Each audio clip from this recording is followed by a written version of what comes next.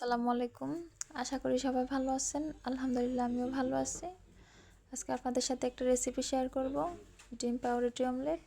তো প্রথমে আমি একটা বল নিয়ে নিয়েছি। বলের ভিতর 2টা ডিম ফাটিয়ে নিয়েছি। 2 চামচ পরিমাণ চিনি দিয়ে একটা হ্যান্ড উইচের সাহায্যে ভালো করে ডিমটাকে গলিয়ে নেব। হাফ চা চামচ বেকিং পাউডার দিয়েছি। পরিমাণ মতো লবণ দিয়ে ভালো করে নেড়ে নিতে হবে।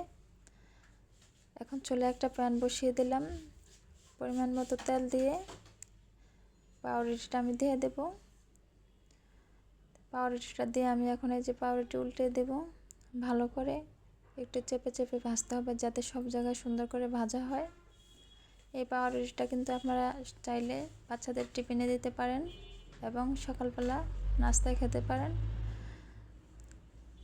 তো আমার একটা পাউরুটি ভাজা হয়ে গেছে। এখন অন্য পাউরুটিগুলো ভেজে নেব। সুন্দর করে চেপে চেপে পাউরুটিগুলো ভাজতে হবে যাতে সব দিকে সুন্দর করে হয়। তো আমার 2টা পাউরুটি ভাজা হয়ে গেছে। তো আমার ভিডিওটা যদি ভালো লাগে চ্যানেলটা সাবস্ক্রাইব করে বন্ধু হয়ে পাশে থাকবেন এবং কমেন্ট করে জানাবেন কেমন হয়েছে ভিডিওটা। একটা লাইক দিয়ে সবাই ভালো থাকবেন। আল্লাহ হাফেজ।